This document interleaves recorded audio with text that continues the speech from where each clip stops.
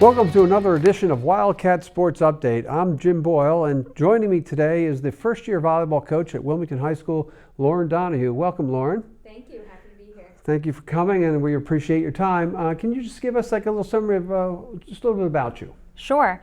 So I've been coaching for about 10 years. This is my first high school volleyball season, and prior to that I had coached club volleyball in the area.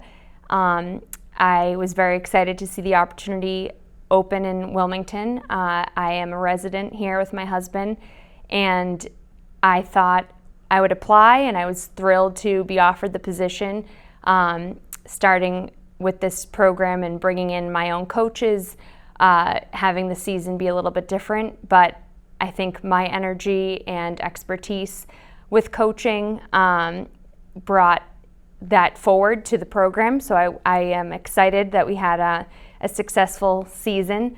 I do work a full-time job outside of coaching. And as I mentioned, I live here in Wilmington with my husband and our dog. And I'm just happy to be part of the community now and experiencing the coaching that I started with this season, and looking forward to the fall.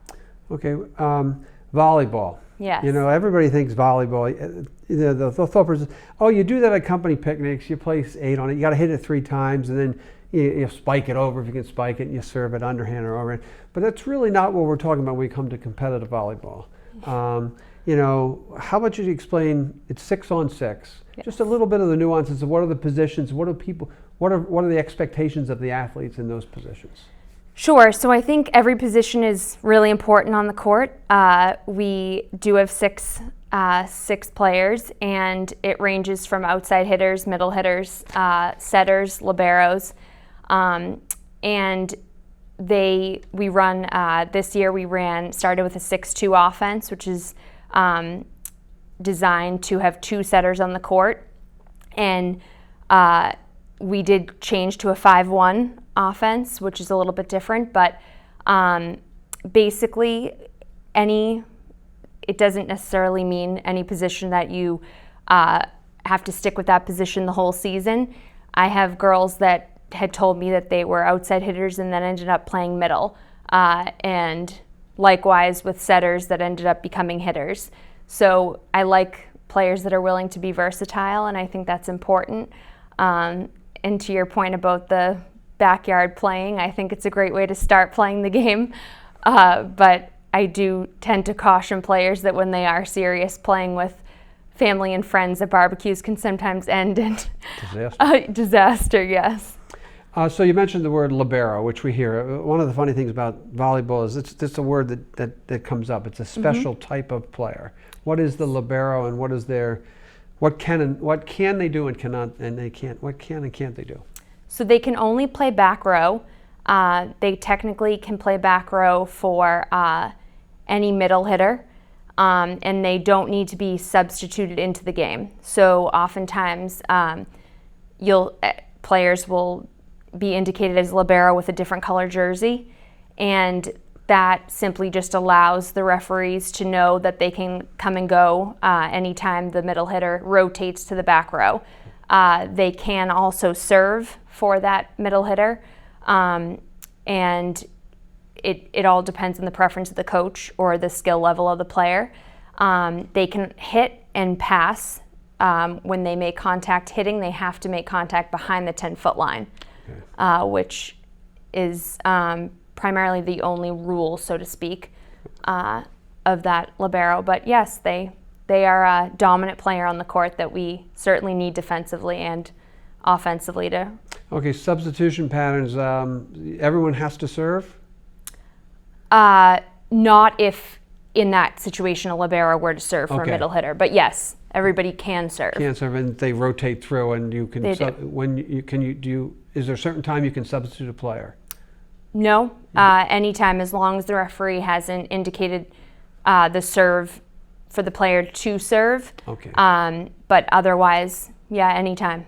Okay, very good summation of volleyball. So now, at least myself and the audience is a little bit more educated as to what we're talking about, and really the athletic impact of the student athlete as well for Yeah. our girls that are playing. You're watching, it looks like they're just hitting around. There's a lot more going on. There is, and we actually this season too did have what we call a defensive specialist, a DS, so to speak.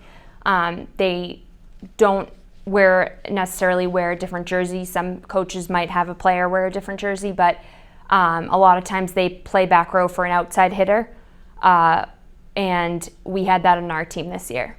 Okay, so we talked a little bit off. So defensively, is everybody just trying to scoop the block or the spike, or is there something set that, again, trying to see the impact of what the coach does to train and keep these players going? Sure. So it ranges from anything beginning off of the serve, really.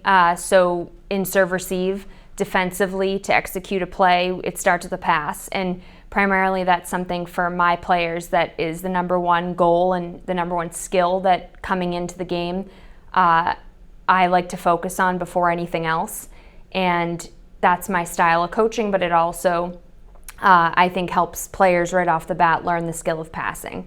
Every player should know how to do it and do it well, and so in the instance of serve receive, that begins with the defensive player providing a good pass to the setter, hopefully. And to execute a play, they also are really needed in coverage. And so if we go up to hit or we go up to block, defensively we need the players surrounding that hitter or blocker to be ready to scoop the ball up depending on what happens, yes. Good. So a little more complicated than it sounds like in the backyard. Excellent Yes. description. So now was your first season. Again, it's weird, first season in the spring, it will be in the fall, but you guys had a little tough start. I think you were 0-3 to start. You ended up 4-7. Yes. So to me, that would be a successful season because you showed growth as a team. So what was your season like? Just a real quick overview of how it played out, some of the players that stood out and helped, and that sort of thing. Sure. So we had 5 returning varsity players who were a tremendous asset to the team, and 7 that I had brought up who were on JV last year.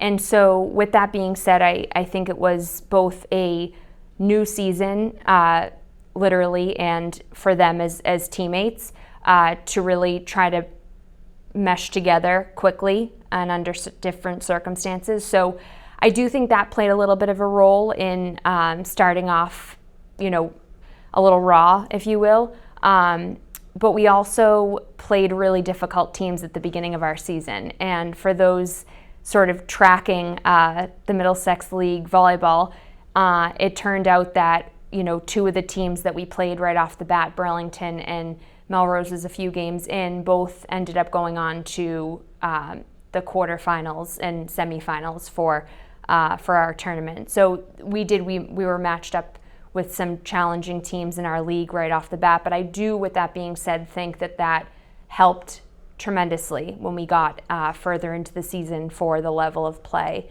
And it certainly helped for their growth, and I think also for a great boost of confidence.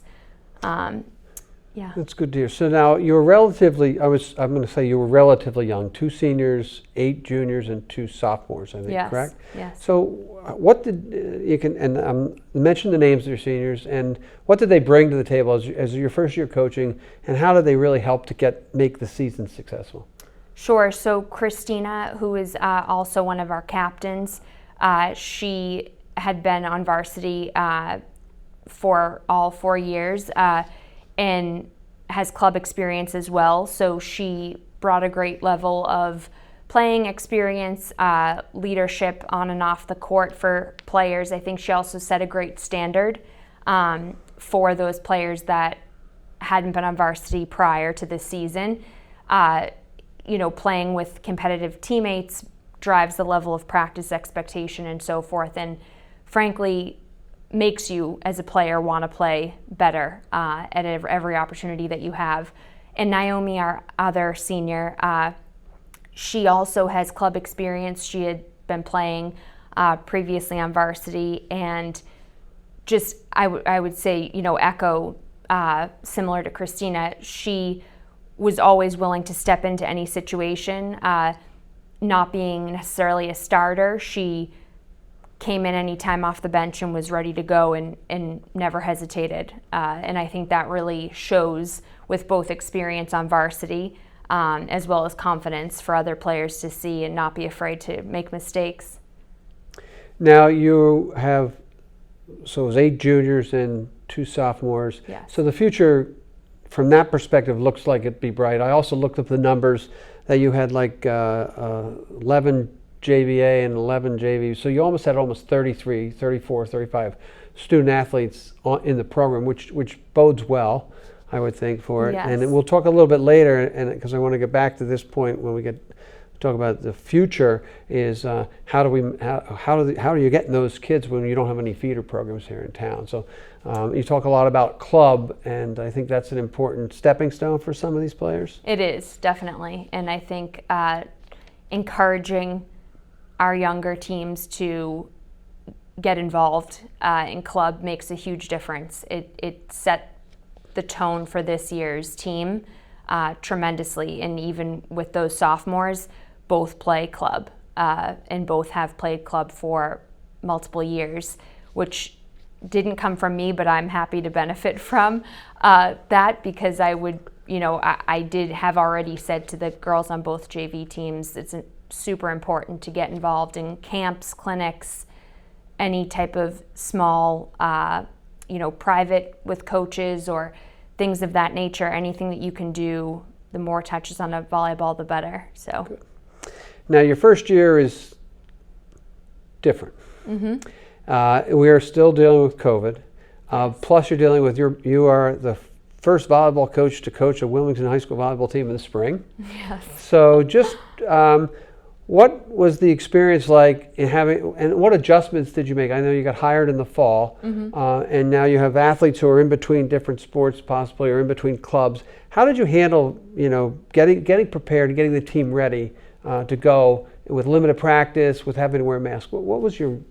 How did you do that? How did you really make it successful? So I scheduled Zoom calls actually with our returning varsity players and tried to sort of gauge the interest from them as to anyone sub-varsity that they knew that was interested in playing, that had played on JV. I obviously had the rosters and so forth, but I didn't, I wasn't sure the level of interest or the level of experience that players had. So definitely went into it a bit blindsided in terms of the level of interest and where the girls were at for their skills. But so the Zoom calls were helpful to start with some camaraderie on the varsity level, certainly. And I did have one with some of the JV returners as well to gauge their interest in seeing how many of them have played club or had been doing things in the off season to work out and train and all of that. So that was helpful. Practices were, to be honest with you, it didn't really feel too different. Okay. I know it certainly probably was for the girls, but that is probably the most that we will ever practice in a row, just given a normal season, based on the fact that we would practice 4 days in a row most of the time. So I gave all of our games, with the exception, I believe, of 2 were on Tuesday evenings, but the rest were on Saturdays. So majority of games were Saturdays, and we practiced Tuesday through Friday. Okay. So with Sundays and Mondays off. So you could implement your philosophy, your volleyball philosophy, because you had at least enough time. I think so. Yeah. I think given the normal season, you usually have 2 to 3 games at a minimum a week. And I know when I played high school, it seemed like we rarely practiced just because you were always sort of in between games. So I do think that was beneficial for the girls. We did have to scale back the length of practices slightly, and for our sub-varsity teams, they were only allowed to practice 3 days a week. Okay. So that was a little bit different, and I do think it was a little challenging.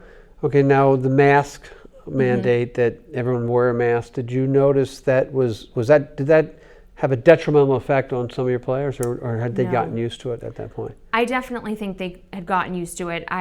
That was a concern of mine going into the season a little bit. Certainly too, because I do like conditioning. And the funny part is that having this spring season and not playing in the fall, you're used to the weather getting colder from the start to finish, but we were the opposite. So as the season went on, it got warmer in the gym quickly. But, you know, there were never times when the girls complained, and all the credit to them. I think they were better about it than I probably would have been. But honestly, I think many of them are used to it, even just from school. And we did, you know, indicate to them that, you know, the area doors to go to if you need a mask break, if we are, you know, doing conditioning and things like that. But for the most part, it was never an issue. So it's the spring season is your winter, the fall 2 was the spring, and now you're going to actually start back up again in less than 6 months, 5 months. Yes. Did that impact the way that you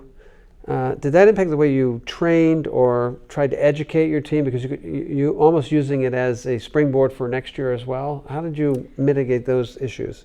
Yeah, I think for me, the biggest challenge now is to keep the momentum going, and to keep the players engaged in the game. So doing whatever I can do, coaching wise, and certainly there are, you know, limitations with captains' practices and things like that, in running certain clinics from a coach's perspective and rules of that nature. But I, you know, sent the girls all camps to do this summer, camp options to enroll in this summer if they can.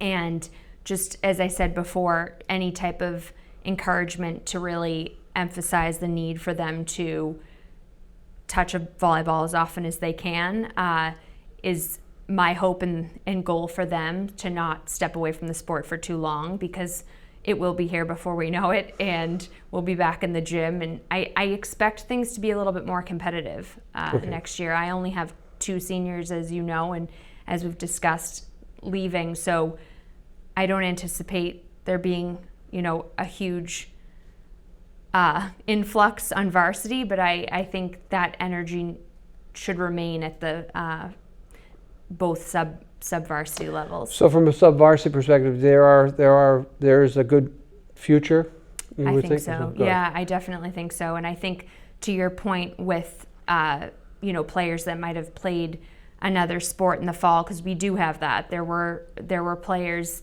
that played soccer this past fall that, you know, I chatted with and said, "Is this a plan for you to come back?" And the answer was yes. So I'm hopeful for that. And of course, things can change, and we might lose some players to fall sports, but I really don't anticipate that happening.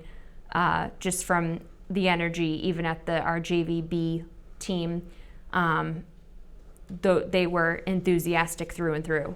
Okay, that's really good news. Yeah. I know the program has struggled to gain footing over the past 12, 14 years, and again, hopefully that we get to build some momentum. There's a lot of things that the girls can do in the fall: field hockey, soccer, track, or cross country. There's volleyball. They can cheer. They can even play on the golf team if they want to. So you do compete with them, but that's great that you got to, at least you, as a first-year coach, you got to get a foothold as to what you want to do. So to transition to coaching, you know, it's the first year coaching at the high school level. Yes, that's correct. And you spent 10 years or so as a club coach. So who are your coaching influences? Who has influenced you along the way? How did we get to Lauren as we are today? So I would have to say that my former high school coach, who actually I started the club with, that I had coached for previously, she was actually my JV coach for the one season that I played on JV in high school, and then went on to, she was the assistant for varsity. I went to Arlington Catholic, and she was a great mentor while I was in high school, and then our relationship continued when I went off to college. And she approached me post-college and said, "I'd like to start a club." And at the time I thought, this sounds great. And little did I know the amount of time and energy that starting a club program in this area would take, but it was great. And it helped me step out of my comfort zone. It allowed me to learn so much more about myself as a coach.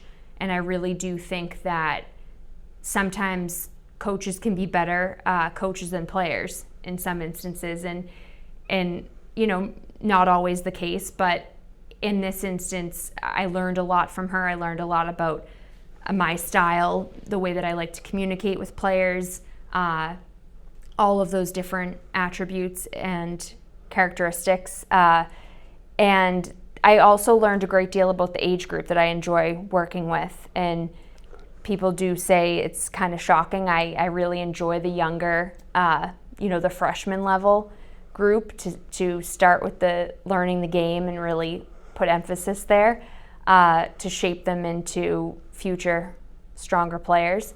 And I would also say that probably a little bit of both my husband and my mother. My husband is a coach here. He's part of the football coaching staff, and so I definitely have to say that contributed to my decision in taking this position.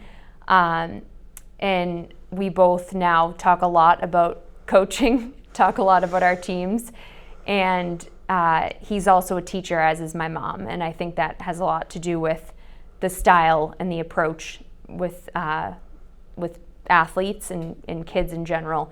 I think I have learned a lot about how to work with and sort of mentor these young women, that it's not just about volleyball, that it has taught me a lot about even talking to them about future college decisions and things of that nature. So that's the part that I love about it, and I would say that those three people have certainly contributed to the success.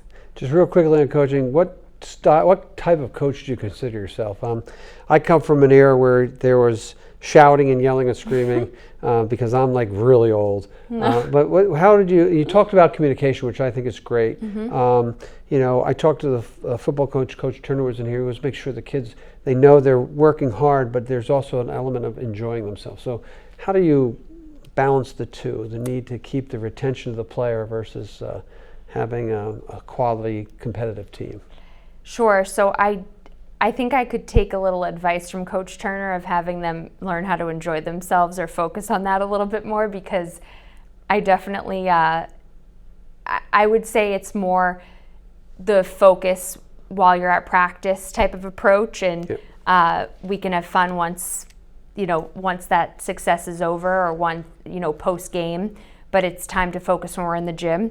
And that's the approach that I take, the approach that you work hard, play hard. Good. I would say that I do a fair amount of yelling, but not probably to the extent that you're referring to. Well, that I do? No, probably not. It also doesn't help with the mask scenario, because I do think that I would think I'm yelling, and half the time I don't think they hear me during games. But yes, it's definitely hands-on approach. Speaking from experience, they do hear you. They're just not listening to you.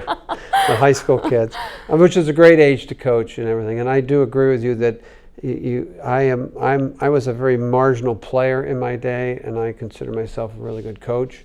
And a lot of that has to do is because when you're a marginal player, you sit and like you said, you've experienced how did they do this thing, and you've implemented that. It sounds like you've really, not that you were a marginal player, I'm saying. But you've really implemented that into your philosophy of coaching. Absolutely. So as we come down to the last couple of minutes, I really want to talk about building the program, because that's very important here. Like I said, we've been through coaches.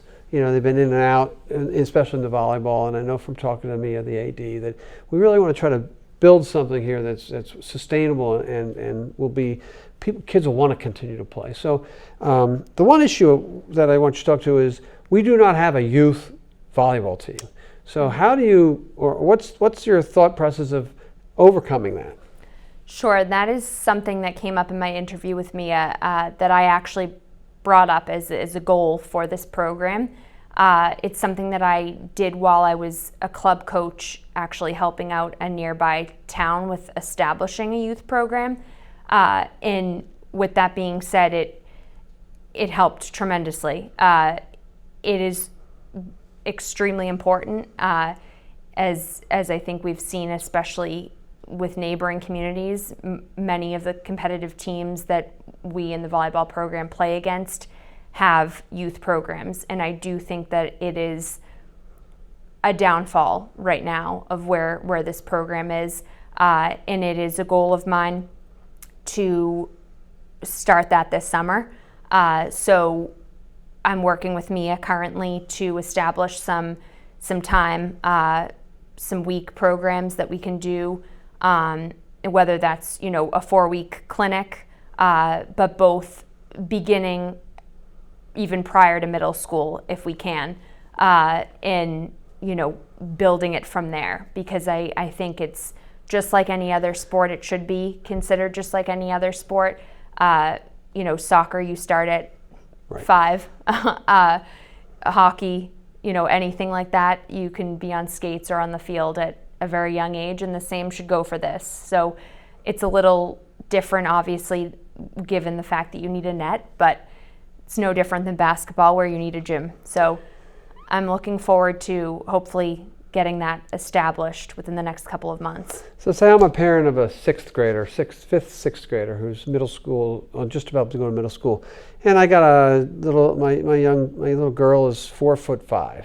Yes. What do you tell that parent to get them to maybe get involved within the volleyball program? What would be your pitch to that group of people? I would say that size does not matter, and we have phenomenal athletes that are 5'11", and phenomenal athletes that are 4'11". It does not matter size, as long as they're willing to try. We're willing to have them join and have them start playing. I often say that to players not to take the game too seriously, because it is played on the beach, and as we said at the beginning, it is played in backyards. So you can't overthink it too much. And frankly, the closer you are to the ground sometimes, the better you are as a player, because you're quick and willing to dive for anything and go for anything. And really, I would encourage any player to try the game. So back to philosophy coaching a little bit here. There was no locker room, I think, this you see. No. So from a team bonding and a building perspective, just give me about a 30-second look at how are you going to work through this year and then going into next year to get your team to become, just that great group of girls that just will go to war. That's not right. Run through a wall for each other. I am very fortunate that this group of current varsity players really enjoyed spending time together with masks. They had a team bonding experience, if you will, out at the student parking lot, socially distanced with masks, had pizza after a practice out there.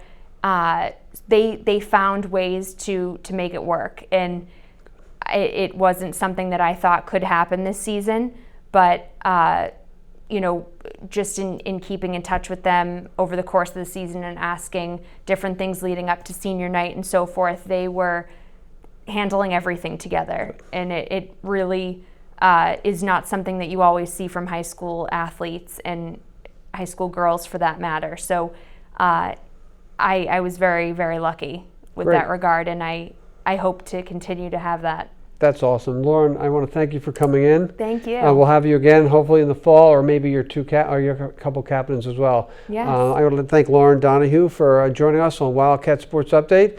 And until next time, we'll see you on down the road.